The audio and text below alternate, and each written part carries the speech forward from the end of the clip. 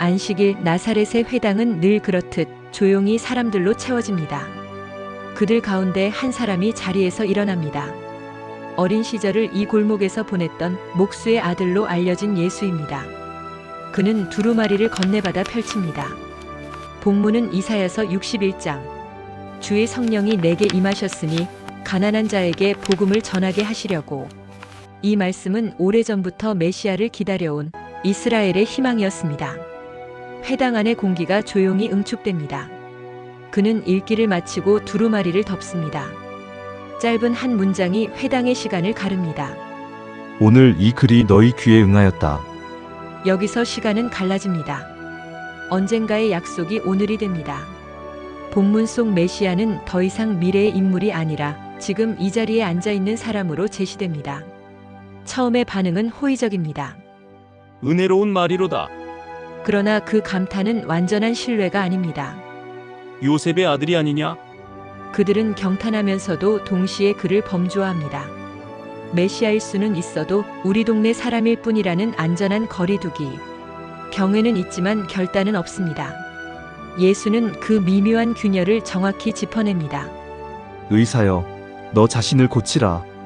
그리고 엘리야 시대의 사렙다 과부, 엘리사 시대의 나아만 장군을 언급하십니다. 하나님의 은혜가 이방인에게로 흘러갔던 순간들. 그 순간 회당의 공기가 바뀝니다. 경건은 방어로, 방어는 분노로 전환됩니다. 그들이 원했던 메시아는 자신들을 확증해줄 존재였습니다. 그러나 예수는 그들의 독점을 해체하는 방향으로 말씀하십니다. 지식은 성찰을 잃을 때 폭력으로 기울 수 있습니다. 이제 그 사실이 장면 안에서 드러납니다. 그들은 그를 마을 밖 절벽으로 끌고 갑니다. 놀랍게도 이 장면은 예수 사역의 시작부에 위치합니다. 누가복음은 이미 결말의 그림자를 서두에 배치합니다. 메시아의 사명은 환호로 시작되지 않습니다. 거절로 시작됩니다. 그러나 절정은 이곳에 있습니다. 그는 그들 가운데를 지나가십니다. 설명도, 저항도, 기적도 없습니다. 그저 지나가십니다. 거절은 하나님의 시간표를 멈추지 못합니다. 그의 때는 아직 오지 않았고 그의 길은 인간의 분노로 꺾이지 않습니다. 나사렛 회당은 묻습니다. 우리는 메시아를 기다리는가 아니면 우리 기대에 맞는 메시아만을 원하는가? 나사렛의 거절을 뒤로하고 내려오신 가버나움은 비릿한 사람 냄새와 삶의 고단함이 교차하는 치열한 생존의 현장입니다.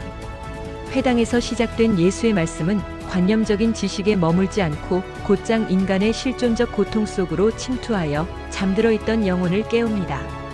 그때 회당의 정적을 깨는 비명이 터져 나오며 악한 영은 사람들이 질문을 던지기도 전에 예수의 정체를 먼저 알아차리고 당신이 누구인지 아노니 하나님의 거룩한 자니이다. 그러나 예수는 그 영적 인정을 허용하지 않은 채 잠잠하고 그 사람에게서 나오라. 단호한 명령과 함께 언어는 곧 사건이 되는 권능의 순간을 드러내십니다. 이 광경을 목격한 사람들은 이 어떠한 말씀인고? 라며 묻는데 이는 단순한 감탄을 넘어 기존의 영적 질서가 재편되고 삶의 중심이 이동하고 있음을 감지한 실존적 반응입니다.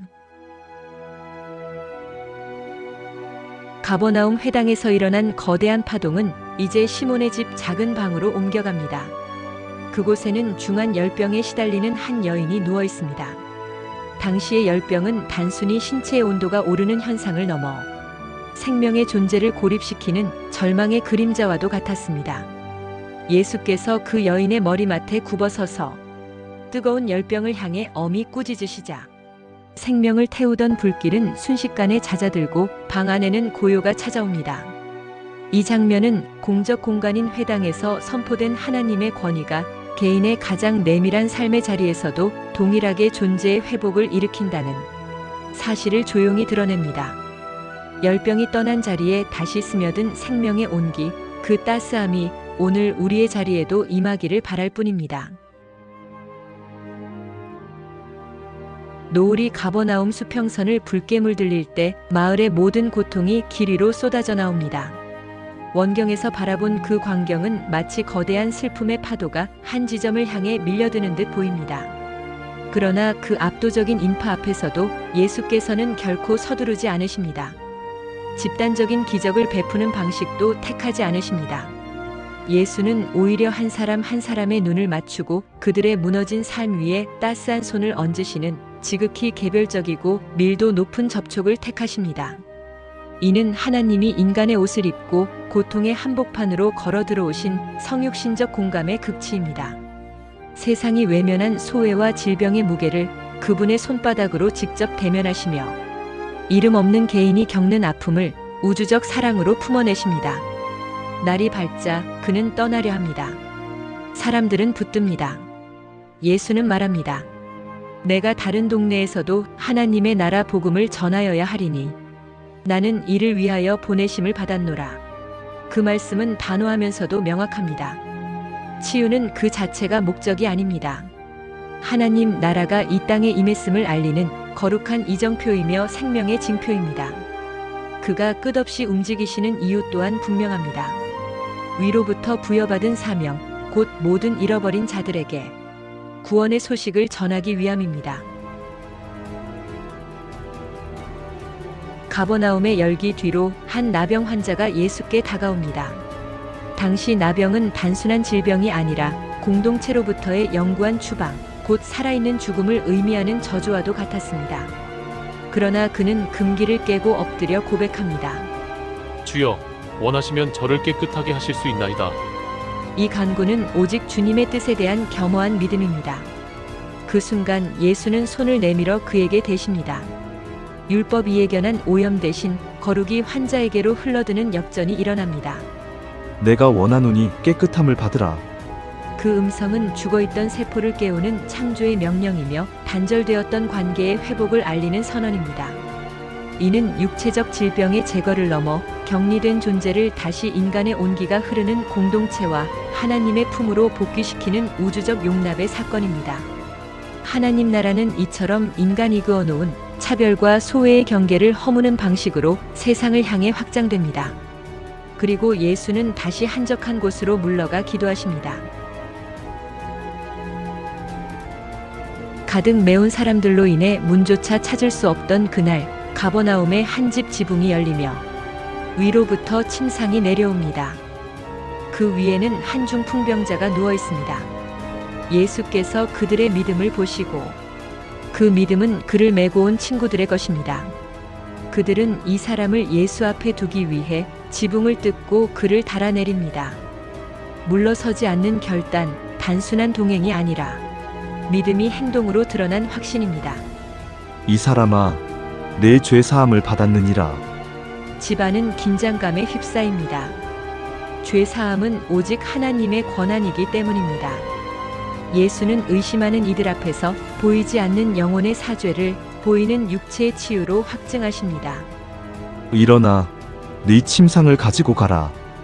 짧은 명령과 함께 평생을 침상에 묶여있던 남자는 곧장 일어나 자신이 누웠던 자리를 들고 걸어나갑니다. 남에게 들려 들어왔던 존재가 이제 자신의 삶을 스스로 들고 나가는 자립의 존재로 회복됩니다. 이 장면은 복음이 한 인간의 실존을 어떻게 근본적으로 변화시키는지를 우리에게 잘 보여줍니다. 누가복음이 기록한 예수의 길은 깊고 고요한 재정렬의 역사입니다.